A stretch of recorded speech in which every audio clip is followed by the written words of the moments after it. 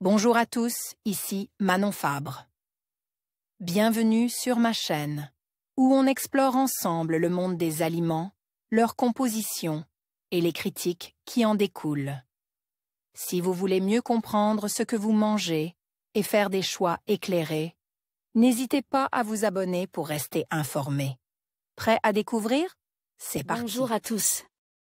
Aujourd'hui, je vais aborder une question qui préoccupait beaucoup d'entre nous, faut-il vraiment avoir peur de l'eau du robinet? Dans cette vidéo, je vais examiner les différentes sources d'inquiétude concernant la qualité de l'eau que nous consommons au quotidien.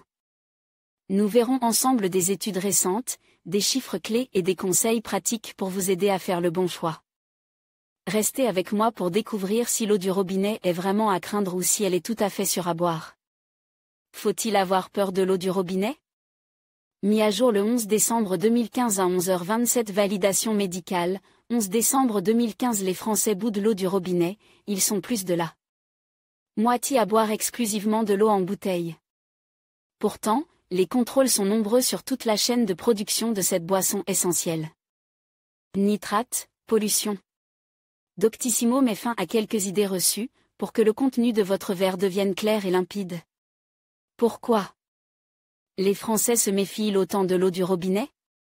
Certes, un rapport remis au Sénat en 2003 tirait la sonnette d'alarme sur la qualité de l'eau en France, lire à ce propos notre article. Robinet ou bouteille, haro sur l'eau. Mais gare aux conclusions hâtives. Quelques précisions avant de fermer le robinet. Une eau très encadrée. D'abord, sachez que l'eau du robinet est extrêmement contrôlée, plus de 50 prélèvements et analyses sont obligatoires. Température, pH, minéraux, présence de virus, bactéries et polluants. À noter, depuis 2004, des mesures sont effectuées dès la sortie du robinet, et non plus seulement au niveau du compteur. Parmi les reproches les plus courants faits à l'eau du robinet, il convient d'apporter quelques éclaircissements, l'eau est trop calcaire. La quantité de calcium et de magnésium présente dans l'eau est appelée la dureté, on la mesure en degrés, chacun correspondant à 10 mg par litre de carbonate de calcium. La dureté de l'eau est plutôt moyenne en France, elle est par exemple située entre 15 et 30 degrés en Île-de-France. Or il ne s'agit que d'un élément gustatif, le calcaire ne présente aucun danger pour la santé, d'ailleurs il n'existe pas de limite maximale. Au contraire, une eau trop douce, moins de 15 degrés, favorise la dissolution du plomb des canalisations dans l'eau. Sans oublier que le calcaire est essentiellement du calcium, bon pour les os. Boire 1 litre d'eau permettrait ainsi de couvrir 15 à 20% des besoins en calcium. L'eau du robinet est trop chlorée. Effectivement, l'eau du robinet est forcément chlorée, pour éviter que les bactéries ne se développent lors du stockage ou dans les canalisations, 800 000 km de tuyaux en France. Et si normalement les teneurs sont faibles, 0,1 à 0,3 mg par litre de chlore, les quantités ont malheureusement été augmentées depuis 2001. Dans le cadre du plan Vigipirate. La sécurité à tout prix. Reste qu'il est possible de faire disparaître le goût de chlore, en laissant s'aérer l'eau dans un broc. Par exemple, si possible au frais. Il y a trop de nitrates dans l'eau du robinet. La teneur en nitrate de l'eau est un paramètre très surveillé. Le seuil maximal autorisé est de 50 mg par litre. Cette valeur est adaptée pour les bébés. En revanche, pour les nourrissons de moins de 6 mois, le seuil de 15 mg par litre maximum est parfois évoqué par les pédiatres. En fonction des régions, la consommation d'eau en bouteille doit parfois être envisagée. Dans tous les cas, l'eau du robinet ne serait pas à blâmer, seuls 20% des nitrates que nous avalons proviennent de l'eau, les 80% restants venant de notre alimentation, viande et légumes.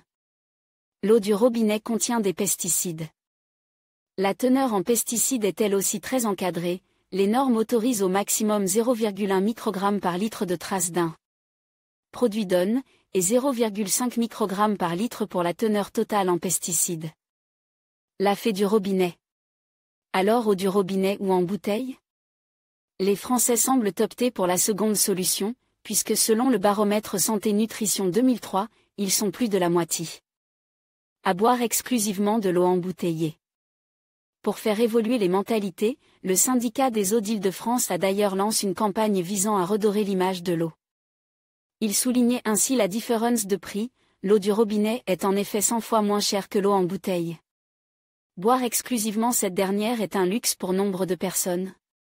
Mais le syndicat souligne également les bienfaits pour l'environnement. Non seulement, l'eau du robinet n'engendre pas de déchets plastiques, mais elle permet d'éviter la circulation de milliers de camions nécessaires pour acheminer les packs de 6 jusqu'au supermarché.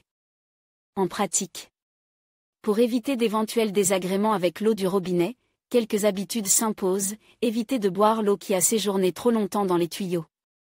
De retour de vacances, laissez-la couler jusqu'à ce qu'elle soit fraîche, de même le matin, n'utilisez pas l'eau chaude du robinet. Pour une boisson de type café ou thé, celle-ci ayant stagne dans le ballon, elle n'est pas conseillée en eau de boisson. Il est préférable de faire chauffer l'eau froide. Si vous mettez l'eau du robinet dans un pichet pour la boire, ne la conservez pas plus de 24 heures, et gardez-la plutôt au réfrigérateur, et à l'abri de la lumière. Avec ces quelques conseils, vous pourrez boire de l'eau du robinet les yeux fermes. En conclusion, il est essentiel de rester informe sur la qualité de l'eau du robinet. Bien que des préoccupations puissent exister, la plupart des études montrent que l'eau du robinet est généralement sûre à consommer. Il est recommandé de se renseigner sur les analyses effectuées par les autorités locales et de prendre des mesures simples, comme l'utilisation de filtres si nécessaire. En fin de compte, il ne faut pas avoir peur de l'eau du robinet, mais plutôt adopter une approche proactive pour garantir notre santé et notre bien-être.